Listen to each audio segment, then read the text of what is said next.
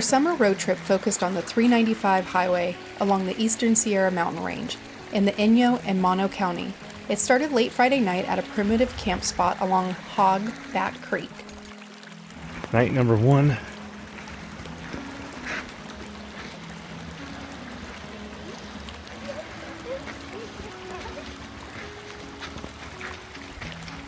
We started off with nothing around us but the bright stars and the dark sky of the Sierras. We love to get as close as possible to our first destination the night before. This gives us a full day to explore, leaving all the major traveling the night before.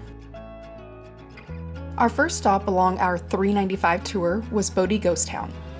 Boaty began in 1859 with the discovery of gold, but didn't get really popular until about 1879 with over 10,000 people and 22 operating mines. Boaty lasted until 1950s with the last small mining operation closing down. And in 1962, California adopted Boaty as a state park and began to preserve the town as a rested decay, meaning they will keep the buildings as they were when they took over the town in 1962. Today there are 100 of the original buildings still standing. The cost is $5 per adults and $3 for children. It is located 8,000 feet in elevation. At the time we visited, they had closed all personal tours due to COVID, but we were still able to tour the town on our own with a self-guided tour. Involved in Trailer's wife shot Trailer as he left to dance in the Miners Union Hall. Dorochi was arrested but escaped a few hours later. A possessed recaptured him 2 days later and brought him back to court in Boaty. I can't see him here. After midnight, a village committee, known as the mining camps, at 6:01, took Dorochi from his jail cell and hanged him at the site.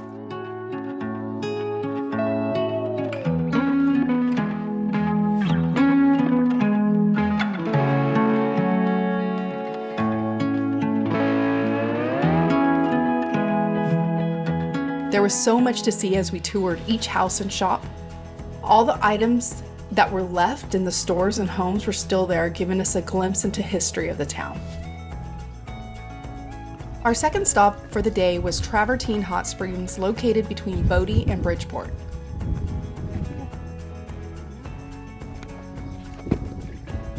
Ooh, that's hot. Travertine Hot Springs is one of the many geothermal hot springs in the Eastern Sierras. There are a few pools right off the parking lot that were somewhat crowded, but if you venture past those pools and go around the corner, you can find a few more pools that you can have all to yourself, including a cold water pool our dog Sadie couldn't get enough of. Do you want to leave? You want to leave? Hey Sadie, you ready? Set, go! We can't be in the Sierras without stopping to fish at one of their many beautiful lakes. Close to Lee Vining, along the June Lake Loop, is Silver Lake. We stopped here to fish for a few hours before heading to our final stop of the day. Our final stop of the day is the Crawley Lake Columns. The columns are located on the south end of the lake on a secluded beach. The columns are not easy to get to. You either have to get there by boat or you have to drive a dirt road that will require four-wheel drive and high clearance, along with a hike down a cliff at the end of the dirt road. But let me tell you, it's worth it.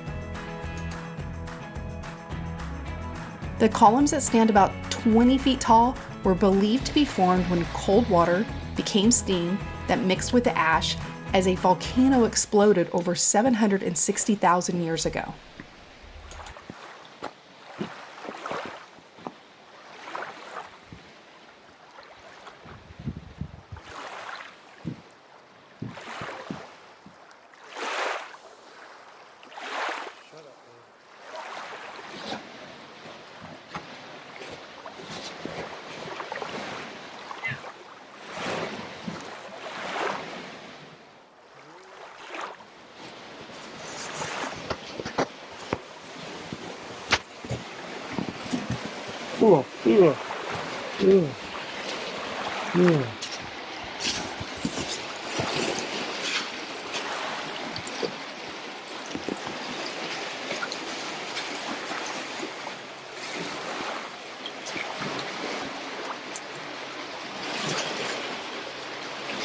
Hey, there's a swallow in there.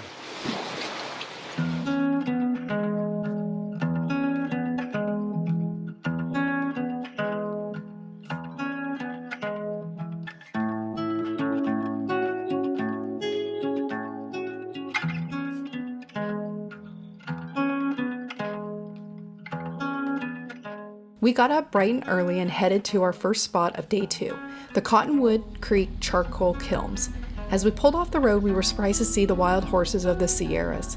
We stopped to watch them, but as we stopped, they began to head towards us. They finally reached the truck and started to circle it. We think they were looking for food, but we didn't feed them. I saw. So basically on Bishop, there was like this one thing, and we had carrots because we were this is weird. Do they think we're feeding them? And then we fed a whole some horses inside the road. They're coming to us. What the heck? Look at the black one. It's so pretty. Look at my window. See. Hey, he's going right in front of it. Look at that.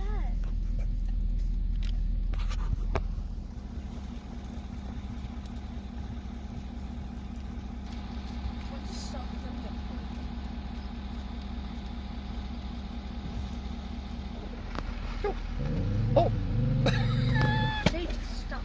What's up, horse? Sadie, no. Look at them trying to get the so Look at them. That's so cool. They're literally checking out the back. Hey, no, Sadie. No, Sadie. We're surrounded. They're circling the wagon. Wait, I'm not even kidding, they are. They are circling totally. us. They are so circling. They're not letting us leave. That is weird. They're completely circling the truck right now. Yeah, they're not letting us leave. Oh my gosh. Also, look at the 3 others over there. Are they? This is circling. Traffic jam. What's up, buddy? Hey, you. What's up, It looks horses? like Mr. Okay, I'm gonna go right now. Okay. All right, horses. See Peace you out, later. guys.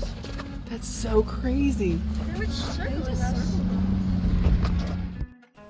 The Cottonwood Creek charcoal kilns were built in the 1870s to produce charcoal for the ore smelters of the Cerro Gordo mines. The charcoal would be sent across the Owens Lake to the mines on the steamboats. The second stop takes us off the 395 for a short bit onto the 14, taking us to the Red Rock Canyon State Park on our way home. Our final stop on our 395 tour takes us along a 7-mile dirt road. Our stop is only accessible with a 4-wheel drive. Once at the top of the hill, you will come to an old beat-up homestead. Continue to follow the road around the homestead, and around the hill you will come to an entrance to the Borough Tunnel.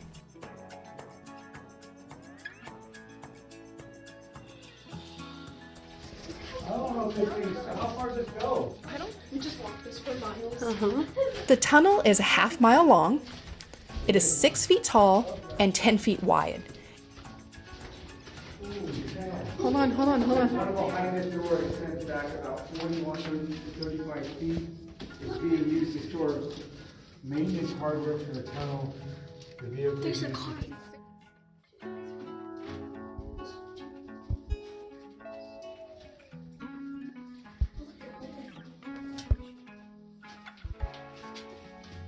Oh, that is crazy.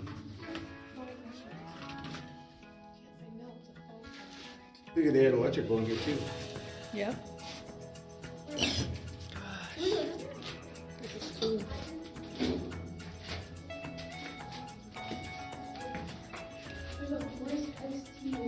That's probably one of them. I don't know. You go a little bit more. Yeah.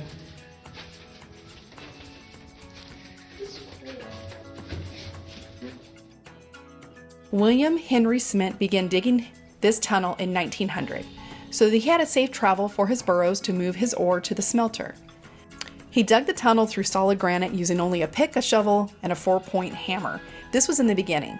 Then for the rest of the tunnel, he used dynamite with short fuses, injuring himself very often.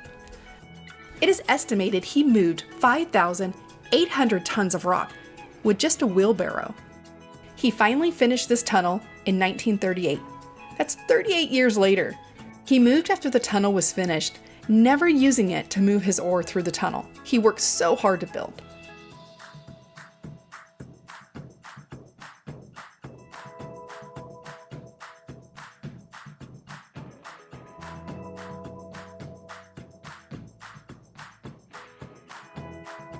His old homestead is still standing with exposed walls and broken windows, mimicking many abandoned cabins in the Mojave Desert.